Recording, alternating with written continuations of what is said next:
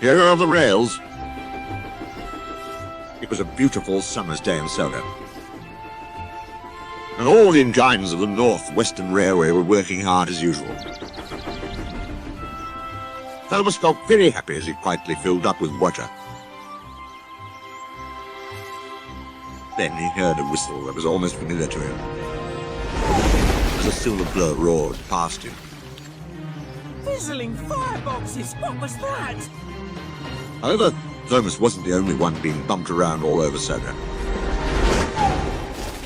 Bubbling boilers! Lost my buffers. Lost my paintwork.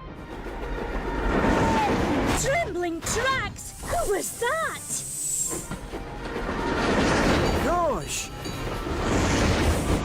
Slow down, Speedy. Rail Raider! Later, the engines were having an indignation meeting at a little station for engines of the other railway. He was silver. He was very, very fast. That must mean it's... Spencer! Hello, Sodor. What do you know? I'm here for the summer. Why? I have a very important job to do. The Duke and Duchess of Boxford are having a new summer house built. It has to be finished in time for the Duke and Duchess's holiday. I'm very busy, no time to chat. Spencer steamed smugly away.